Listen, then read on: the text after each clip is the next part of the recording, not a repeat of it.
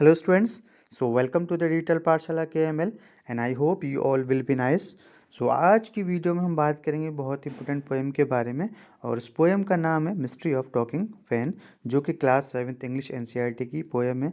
तो इसमें क्या मिस्ट्री है टॉकिंग फैन की? मिस्ट्री कहते हैं किसी रहस्य को, if something which is secret, तो that is unknown to us, तो जिसके बारे में हमें कुछ पता नहीं है। तो वो मिस्ट्री क्या है उस टॉकिंग फ़ैन की, तो उस चीज़ को जानने के लिए बने रहिए इस वीडियो के साथ। अगर आपने इस चैनल को सब्सक्राइब नहीं किया है so please like share subscribe this channel. Now we have come to the poem here, mystery of the talking fan. तो पहला आप यहाँ देखेंगे स्टार्टिंग में एक आपके कुछ लाइन्स आपकी दी हुई, सेंटेंसेस दी हुई हैं, तो उसमें जानेंगे हम पोएट क्या कहना चाहते हैं। Is there a ceiling fan in the room where you are sitting now? तो पहले आप जानिए कि सीलिंग फ़ैन होते क्या हैं। तो आप देखेंगे जो रूम के अंदर जो लोअर पोर्शन होता है रूफ़ का, जहाँ पे ऊपर पंखे लगे होते हैं, तो उन फ़ैन को हम सीलिंग फ़ैन कहते हैं। वैसे टेबल फ़ैन भी होते हैं लेकिन वही फ़ैन सीलिंग फ़ैन कहलाएंगे। तो हर एक रूम में आज जनरली देखेंगे कि सभी रूम्स में आपके सीलिंग फ़ैन होते हैं। तो कुछ आपके बहुत न्यू होते हैं तो वो बहुत ज़्यादा क्वाइट रहते हैं, उनमें कोई इतनी ज़्यादा नॉइज़ नहीं होती है। लेकिन कुछ जो बहुत ज़्यादा ओल्ड होते हैं तो उनमें आपको नॉइज़ सुनाई देगी। तो is the fan quite means शांत हैं या फिर नॉइज़ी हैं, या उनके अंदर साउंड आ रही है या आवाज़ कर रहे हैं। इफ़ इट इज़ नॉइज़ी, अगर वो क्या हैं, बहुत ज़्यादा आवाज़ कर रहे हैं, so you may be sure it is a distant relative of the talking fan. तो यहाँ जो टॉकिंग फैन कहा जा रहा है, तो जो आपको फ़ैन का जो मूवमेंट हो रहा है उसकी वजह से उस फ़ैन को टॉकिंग फ़ैन कहा जा रहा है। तो ये डिस्कस कर रहा है पोएट इसके बारे में। अब हम आते हैं स्टेंजा के ऊपर। Once there was a talking fan electrical his chatter. तो एक बार की बात है कि पोएट बैठा हुआ है और वो देख रहा है कि एक फ़ैन है और वो टॉकिंग फ़ैन है, वो मूव कर रहा है आपका, और वो चैटर कर रहा है। तो चैटर कहते हैं कि आप जो बातें करते हैं एंड उस तरह की बातें जो कि रिलेवेंट नहीं हैं, उनकी कोई इम्पोर्टेंस नहीं होती है। एंड इलेक्ट्रिकल, इलेक्ट्रिकल इसलिए कह रहा है क्योंकि जो मूवमेंट हो रहा है उस फैन का, वो किसकी वजह से हो रहा है, वो टॉक जो कर रहा है वो किसकी वजह से कर रहा है, वो जो साउंड कर रहा है, चैटरिंग कर रहा है, तो वो इलेक्ट्रिसिटी की वजह से कर रहा है।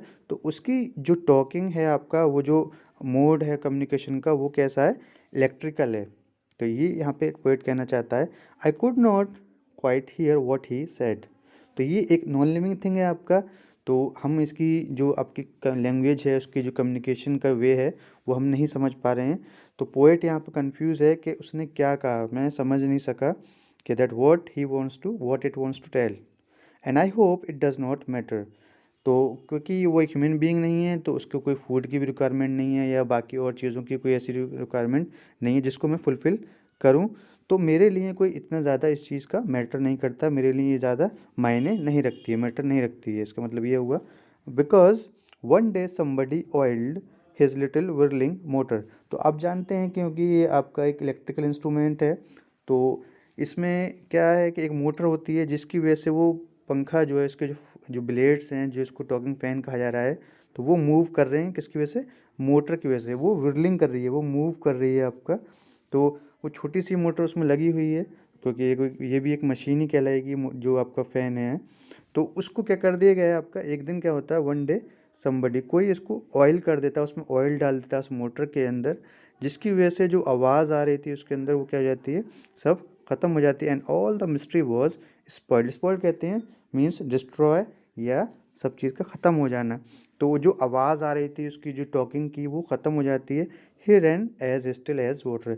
जिस तरीके से पानी बहुत स्मूथली बिना किसी नॉइज़ के फ्लो करता है, इसी तरीके से अब जो ये फ़ैन है ये बहुत ही स्मूथली क्या कर रहा है, रन कर रहा है आपका।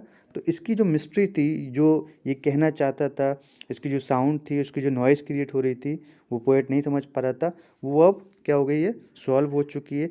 अब यही मिस्ट्री थी कि वो कहना चाहता था कि that I need some repairing, तो उसको रिपेयरिंग की ज़रूरत थी और वो रिपेयरिंग अब आपकी हो चुकी है।